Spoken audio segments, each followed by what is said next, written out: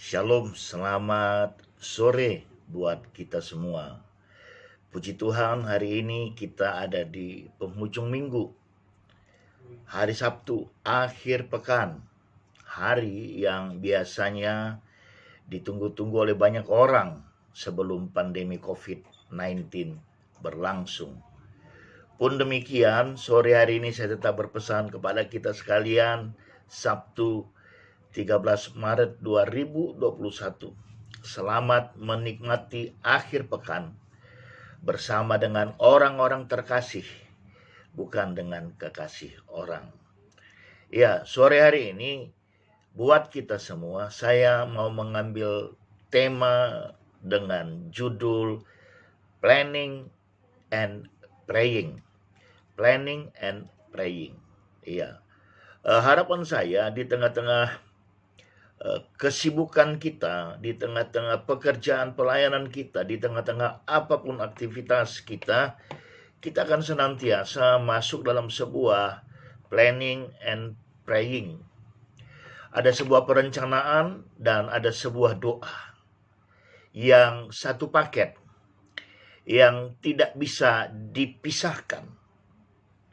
Karenanya sore hari ini, sebelum saya lebih jauh, saya mau membaca firman Tuhan buat kita yang terambil dari Amsal 19 ayat 21. Demikian firman Tuhan. Banyaklah rancangan di hati manusia, tetapi keputusan Tuhanlah yang terlaksana. Oke? Nah, sekarang kita mulai tahu. Apapun kita boleh rancangkan dalam hidup ini. Apapun boleh kita planningkan, tapi tidak hanya sampai di situ. Planning tadi harus diiringi dengan praying, dengan doa. Apa maksudnya? Yang pasti firman Tuhan dari Amsal 19 ayat 21 berkata, keputusan Tuhanlah yang terlaksana. Sebagai gereja, sebagai orang percaya, kita harus melakukan apa yang menjadi bagian kita. Tapi kita tidak harus menjadi ngoyo, menjadi ngotot. Karena perhatikan penjelasan ini. Perencanaan dan doa adalah satu kesatuan. Perencanaan dan doa adalah satu kesatuan. Gunakanlah akal budi semaksimal mungkin dalam perencanaan. So that's why Tuhan memberikan kita akal budi agar kita bisa membuat sebuah perencanaan yang tidak bertentangan dengan rancangan Tuhan dalam hidup kita. Gunakanlah akal budi semaksimal mungkin dalam perencanaan. Artinya apa yang sudah Tuhan karuniakan kepada kita, apa yang sudah Tuhan percayakan, berikan kepada kita, yang terangkum dalam sebuah bentuk akal budi, mari kita pakai semaksimal mungkin. Nah, di dalam perencanaan yang kita gunakan akal budi yang semaksimal mungkin, maka perencanaan tadi harus kita landasi ya dengan iman dan penyerahan sepenuhnya kepada Allah dalam doa. Tanggal 17 saya akan berangkat ke Sulawesi Tengah mission trip.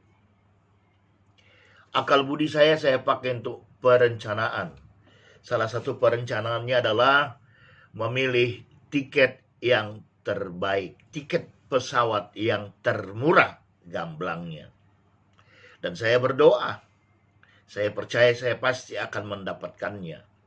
Setelah beberapa kali bertanya ke travel dan seterusnya, akhirnya saya mendapatkan harga yang termurah. Nah, planning dan praying, ada perencanaan kita. Sebentar lagi kita akan mengakhiri Maret. Tentu kita punya planning untuk April. Kita punya planning untuk Mei, kita punya planning untuk sisa sepanjang tahun 2021. yang notabene-nya kita harus gunakan akal budi kita semaksimal mungkin untuk merancangnya, untuk menyusunnya. Karena kenapa? Ketika kita maksimal menggunakan akal budi yang Tuhan percayakan kepada kita, maka ketika itu kita barengi dengan iman dalam doa kepada Allah, kita bisa berkata, sebagaimana Tuhan Yesus berkata, kehendak-Mu lah yang jadi. Tapi kita tidak menjadi manusia iman kaleng-kaleng. Kita bukan generasi yang akan rapture dengan hanya bertindak pasif. Tidak, kita tetap menjadi manusia proaktif. Dan kita menggunakan akal budi. Dan kita juga menggunakan iman dalam doa kepada Tuhan sepenuhnya. Akal budi dan iman adalah apa yang Tuhan karuniakan kepada kita. Kalau Tuhan tidak mengaruniakan akal budi kepada kita, kita tidak akan bisa mengetahui penemuan-penemuan yang sudah terjadi sebelum kita lahir misalnya. Misalnya penemuan lampu. Kita tidak akan bisa tahu kalau kita manusia tidak diberikan oleh akal budi oleh Allah. Maka dari itu Allah mengaruniakan akal budi supaya kita memiliki iman yang teruji. Jadi iman kita bukan membabi buta, iman kita bukan iman asal-asalan, bukan iman kaleng-kaleng, tapi Tuhan mengaruniakan akal budi supaya kita memiliki iman yang teruji. Memang dikatakan memakai kacamata iman seolah-olah tidak ada tolok ukur yang lain. Tapi dikatakan Allah juga mengaruniakan iman supaya kita dapat memuliakannya dengan akal budi. Itu dia sahabat. Jadi Allah mengaruniakan akal budi supaya kita memiliki iman yang teruji. Dan Dia mengaruniakan iman supaya kita dapat memuliakannya dengan akal budi yang ada pada kita. Jadi hari ini adalah baik ketika kita merenung sebelum kita berserah diri pada Tuhan, masuk dalam pelayanan dan ibadah kita besok hari. Planning dan praying adalah satu kesatuan. Sudahkah kita pernah melakukannya?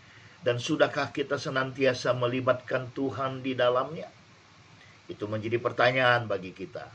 Tapi sore hari ini, biarlah semuanya kita boleh mengambil sebuah sikap bahwasanya dalam menjalani hari-hari kehidupan ini, terlebih-lebih di tengah pandemi COVID-19, planning dan praying itu tidak akan lepas dari hidup kita, tidak akan pernah kita lalaikan, karena dia merupakan satu kesatuan.